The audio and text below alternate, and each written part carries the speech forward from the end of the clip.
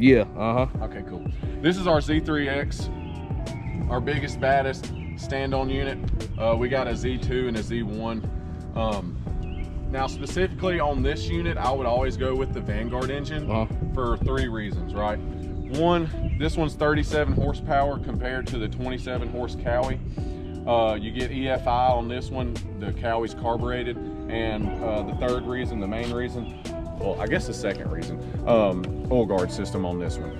And I guess you can just kind of cut that one up. Same thing going on there. The only difference is the drain, which is nice.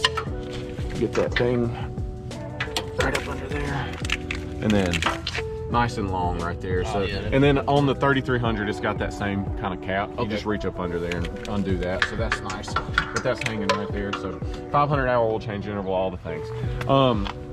Pivoting front axle. So this one's got the independent suspension on the front also. So you see the 4 points of contact right here on the front casters, and then you have a pivoting front axle right here, which is very nice. So as you're going over that rough terrain, it's not necessarily doing this as much independent, but it's doing like this. So you can definitely tell a difference compared to a rigid frame machine. Yeah, because you got that suspension component.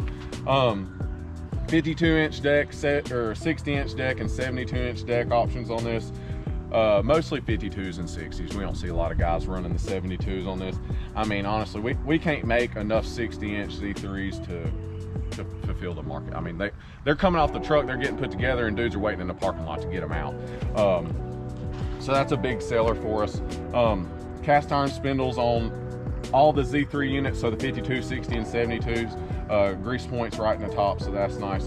This one runs the 4400 hydro gear specifically.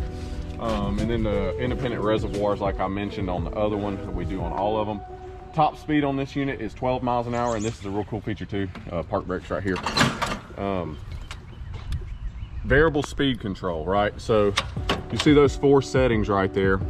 So it'll go 12, 10, 8, 6.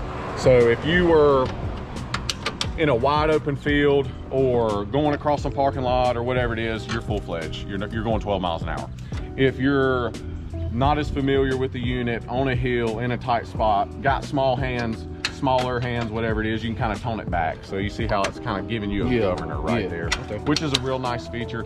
Definitely if you got somebody that's newer on the unit, or if you're in tighter spots.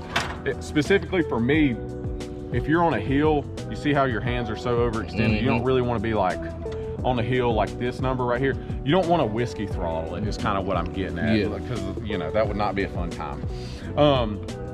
Speaking of hills, 11-gallon fuel tank right in the middle, engine in the middle, low center of gravity, in a wide stance. It's hanging the hills.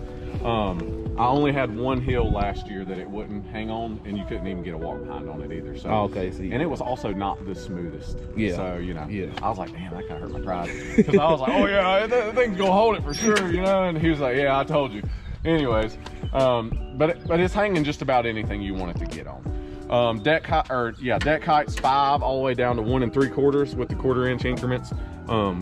Obviously the 52 is going to be lighter than the 60, and the same for the 60 compared to the 72. So you know, you just kind of pull this bad boy back like a park brake and push down and let it down. You know, you kind of got to throw your butt into it if you ain't used to it. It's something you get acclimated to, so no big deal. Peephole right here for the gas gauge, so you can see right down in there. I just tell people that if you're running an open trailer, it ain't gonna beat your gas gauge down and dim it. You know what I'm saying? I don't know if that's why we did it, but I tell everybody that's why we did it. Suspension platform, which would essentially act as your suspension seat. So you see that shock right here that's gonna absorb any sort of beating that you're taking day in, day out. From what I've seen in terms of the stand-on market, guys are running either one of 2 things. They either have 2 of these little springs on the sides right here, which obviously helps, or they run the little the rubber U's, you know what I'm saying, which help too. But I mean, that shock absorbing your beating and whatnot, that's I haven't seen anything as comfortable in terms of a platform that you're standing on that one. So just my opinion, I'm probably a little biased. And then you got 5 settings right here, so you can just take this pin out, remove that bolt, and then you got 5 settings right there. So if you wanted I've never necessarily messed with it because it's fine for me. If you wanted to tighten it up, I think you'd move it forward. And then if you wanted to loosen it, you would move it. No, if you wanted to tighten it, you would move it backwards. And if you wanted to loosen it, you would move. What is it? If the stuff that God makes will break, the stuff that man makes is gonna break at some point too. If you feel what I'm saying. So there's that. Suspension, or not suspension pad, but little comfort pad right here, hugging your knees, and then on your thighs right there. So when you're standing on it, you want to be in a athletic / engaged position, so your knees are going right in there. Okay. So that's nice. And then we got 4-point tie downs on all of our units, so 2 on the front and 2 on the back. Okay. That's about everything. On the 60, you get the 24 by 12 by 12s. Those are the Kenda tires. If you want those, you'll have to order those separate.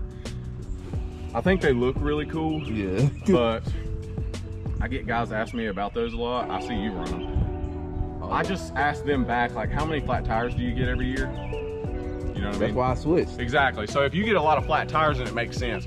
But for the dudes that are like, well, I've only had like one in the past 2 years, I'm like, well, if you want to spend like $800 to $1,000 each, like, go for it. I ain't gonna tell you not to. Right. But I don't know. They definitely look cool. But what I was saying is, 60 and 72, you get the 24 by 12s. Okay. On the 52, you get the 24 by 9.5s. Okay. So they'll be a little more thin. Yeah. And then we got our Z2, which would essentially be like F350, F250, F150. To put it in the simplest terms, 52-inch deck and 60-inch deck on the Z2. Only thing about the Z2 is you don't get the independent suspension. Okay. It's more of a rigid frame machine. Yeah. If I were running crews, I'd be running Z2s, because you know how you got guys running crews, they don't care about their stuff. Mm-hmm. You don't want somebody running this Z3 into a tree or a fire hydrant and bending one of them suspension components. With the Z2, they're a little more durable, I guess you'd call it, because it's not got that independent suspension on the front. Okay. You know how guys are, they ride them hard, hang them up wet, it ain't mine, I ain't got to pay for it, you know, the whole thing. Now, single operators, this is your go-to right here. Z1 36. You can get a 48-inch deck also. I specifically went the 36 route on this one, just so I got guys that get through a lot of gates and whatnot. So no more push mowing on that one. 19 Cowie on this one, or you can get the 23 Vanguard. If you wanted to go to the 48, you can get the 22 Cowie.